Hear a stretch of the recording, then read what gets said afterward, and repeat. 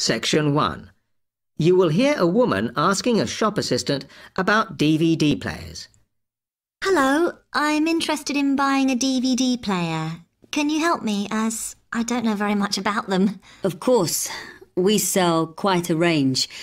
Actually, we're doing a customer survey at the moment, so I wonder if I could fill in this form about you, and that will actually help me to advise you on the best DVD player for you. Oh, okay. First of all, your occupation. Student. Okay.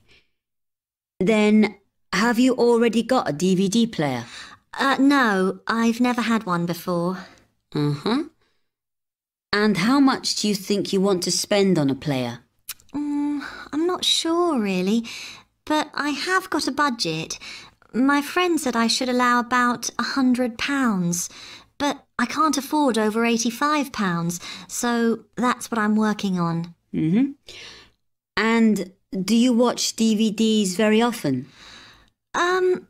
Depends what you mean by often. I don't know what the norm is. Is it about 2 a week? I suppose I watch 3 a month. That's enough for me. Yes. What sort of films do you like watching then? Action movies? Not really. Oh. My boyfriend always insists we watch science fiction movies, but I prefer thrillers. Something to get your teeth into. Okay, just one more. Do you watch other DVDs? Ones that are not films, like music or something? Not much, because I don't want to spend the money on something I can watch on TV, but I occasionally rent out comedy programmes, and I fight with my boyfriend over all the sports DVDs he watches. Okay, let me explain a bit to you about the DVD players that are in your price range. First, there's the DB30, which has only got basic features, but it is a bargain at £69. Now, all the DVDs come with an after-sales service that starts when the guarantee runs out. As it's so cheap, the DB30 comes with a limited after-sales service, as it only includes parts. You would have to pay for most of the repair.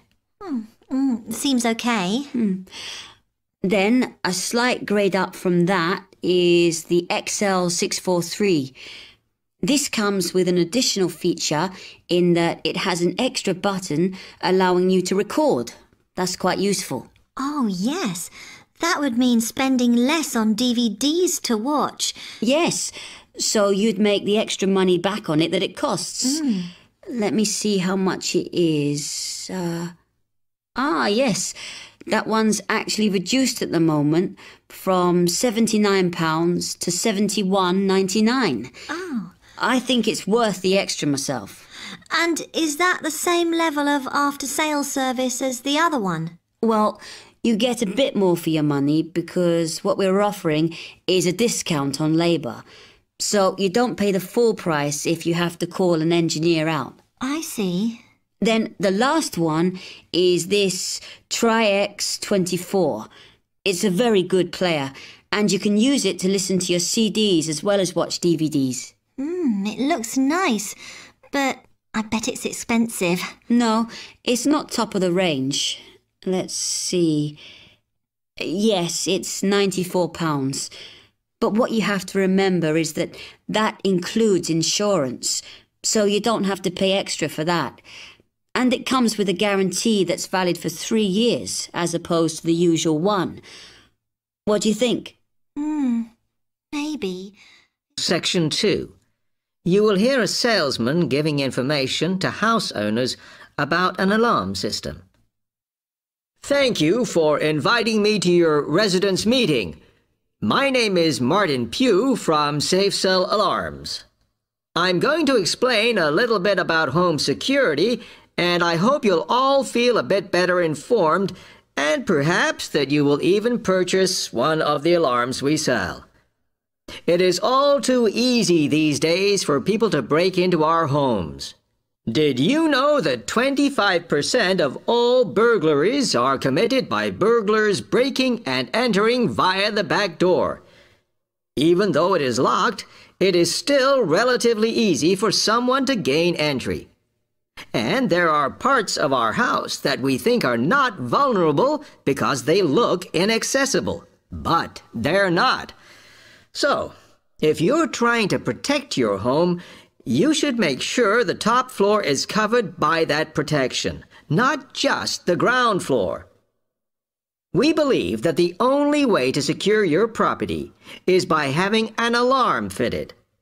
Just having the alarm on the outside can put burglars off. And we also recommend that you warn them about the alarm. To do this, we suggest you stick a sign in the front window of the house so it can be seen clearly. This alone should be enough to dissuade a burglar before they start. Now, our company has a range of alarms on offer, and I brought several along for you to see tonight. But let me just explain a few things about them. First of all of our alarms are highly visible. They're colored red, and on the underneath, there is a blue light, which you can see whether they are switched on or not. This acts as a deterrent to burglars who can see it as an active alarm system. Like most systems, our alarms are very sensitive, so you do need to look after them. You may be surprised to hear that a cat can often slink around unnoticed under the infrared beams, but a spider crawling across them will set them off. Also, our system is a little different from some. Most companies offer an option that connects their alarms to the police station. All our alarms have an automatic link to our company office. This means we can deal with a situation promptly and can sort out any alarms that have gone off by mistake. Okay, let me tell you about the installation of our alarms. Later on, I'll show you some house plans and diagrams of how the alarms operate, but you don't have to worry about them being intrusive, as we normally put them in hallways rather than individual rooms. The diagrams show you how the beams work to cover the whole house in this way. Oh, one small thing while I remember is don't leave your security code in your house. A lot of people keep it in the kitchen or their study, but we suggest you leave it with a neighbor so that if there is a break-in, the burglars can switch the system off. Now, regarding the practical aspects of installation, I know that many of you are out all day, and I'm afraid we don't install the alarms at weekends. But we do offer a service where we can fit the alarm system in the evenings for you. But we do charge a little bit extra for that. Finally, we do offer a range of systems, so I suggest you look at the leaflets on our prices. And please don't be put off from investing in a more sophisticated system to protect your home, as we do allow you to set up a monthly payment if it's too much in one go. Okay, now if you'd like to come forward. Section 3. You will hear a student, Alex, asking his tutor for advice about essay writing. Hi, Alex. Come in. I gather you wanted some help with writing essays. Yes, I'm finding this first term difficult, and I'm worried about the assignments we have to do for January. Well, let me see if I can help. You shouldn't panic about it, because essay writing is a very straightforward process, really. What it involves is organising the information that you want to include. You shouldn't have more than you can easily manage within the word count. Make sure you haven't got too much or anything irrelevant. You need to look at that and work out what you need and what you don't need before you start. And then you just have to think about how you're going to put forward your argument. Oh, that sounds very straightforward when you put it like that. But I'm worried I haven't got the necessary skills for writing an effective essay because English is my second language. Well, perhaps you misunderstand the skills you need. You need to be able to analyze your data, and then I would say the skills of interpretation and expressing yourself are important. Perhaps it's this last one that bothers you, but the more essays you write, the more you will develop these skills. Yes, and I don't quite know how to improve at that. Though, as you say, I know practice will help. And I need to make sure I've got everything ready before I start. Yes. What is vital to good essay writing is preparation. So make sure you build in enough time to do the research you need. Are there any other sources I can use to help me with essays? Yes. You should go to the library and look through the reference section, because there are books that focus on the style we use in academic writing, and those will help you a lot. The other thing that you should think about is what happens when you've actually written your essay. Too many students just complete their work and hand it in, whereas what you should be doing is making sure that you edit it as thoroughly as possible. Oh, yes, that's a good idea. Then I'd pick up any mistakes and also see if it reads logically. Exactly. The other thing is, again, what a lot of students do is get their essays back, look at the marks, then just file it away. They don't realise that if they checked it through and looked at what the tutor had written, then they can learn from their old essays. Yeah, I can see that's a good idea. So, is that okay? You can always come back to me. You now have 15 seconds to read questions 28 to 30.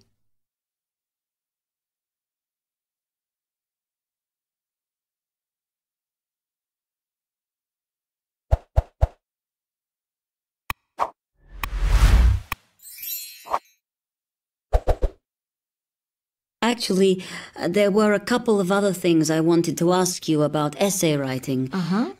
I had a few thoughts of my own about what I should do, such as really taking good notes when I'm reading, because that helps, doesn't it? I think it improves your knowledge rather than your actual writing. But one tip I can give you is to try and not read too much. Otherwise, you end up including irrelevant material in your essay. Remember to stay on task. Yes. Sometimes I have problems interpreting the questions correctly, or the whole question seems overwhelming to me. What I try to do is highlight the key parts and divide it into smaller chunks so I can manage it. Well, you might find it useful to break it down even further by making sure you understand all the words perfectly before you start. Things like assess or comment and such like. Yes, I see. Sometimes, after an objective analysis, the question actually asks you for a subjective opinion. But you must remember to support your arguments if that's the case. One final comment I can make is about using your own words. You must try to do this as far as possible. You're expected to summarise what you've read, not just string together a list of quotations. In fact, you shouldn't have too many. Just use them where it's really important. Okay, thanks. Do you read other students' essays when you've finished? No. Why? Is that a good idea? Well, you can confuse each other, so I'd advise against it. But it's up to you. Okay. Thanks very much for your time. Section 4. You will hear a tutor giving some business students instructions about a finance project. Okay, can you quieten down, please? Now, today I'm going to talk to you about your assignment. We've been studying the effects of the exchange rate, so I'm going to give you a project to do on this. Right, can you make some notes while I'm talking? The first thing that I'd like you to do in order to prepare this is to select where you're interested in. I mean, which country, and therefore which currency you're going to be operating in. Okay, now the purpose of the project is to make money, and I'm hoping some of you will make a significant amount. So, I want you to suppose that you have £100 that you will have to invest purely in the rises and falls of the exchange system. In other words, you'll be trying to predict rates. This is a project that you'll be doing together, but before you work together, you'll have to go off and research what you need to know about the economy of that country and how well it's doing or is expected to do in the near future. You could all make up a little information sheet with your notes on, clearly legible, because then I want you to get together, we can do that next week, and to go round and read about each other's countries. When you see how well or badly each country is doing, I want you to decide what your exchange rate is going to be against all the other currencies. After that is all sorted, what you're going to do is go round the other students and attempt to sell your money to the others. Remember, this will depend on the success of your country's economy and the rate you fixed for your currency. Now, you're not allowed to just swap currencies with each other, but you may wish to buy from the other countries. But you must do a proper transaction. All the way through this, you must keep your accounts properly for each transaction. I'll give you 1 week to do this, and then we will set a time for the deals to finish, a bit like the stock exchange. And at that point, I will ask you to calculate how much you have made. Is that clear? Okay, now before you begin that, there are a few things I want you to read up on to prepare. You need to look at the economies of the UK's main trading partners. I don't mean all of them, because that would be over 80, but just the 29 principal ones. There are summaries in the last 3 books on the book list I've given you. And so that you can practice applying the criteria on assessment I gave you, I'd then like you to focus just on one sector across all the countries. The most common one across every country is farming. But as much agricultural produce is for domestic consumption, I'd like you to look at manufacturing. Then I would like you to do a detailed investigation of one particular aspect. I was going to give you a choice, but I think as we've just started the course, it's better if we all look at the same thing and then we can discuss it in the seminars. So the thing I'd like you all to look at is fluctuations in import prices. Now, you need to do all that before you start the project, as it will help you assess the economies of the countries you'll be representing in the project. Don't worry, you've got plenty of time. Exam week is December the 8th. Then it's the holidays until January the 6th. So I don't need the project in till February the 5th. Is that okay? Now, any questions on this? Because it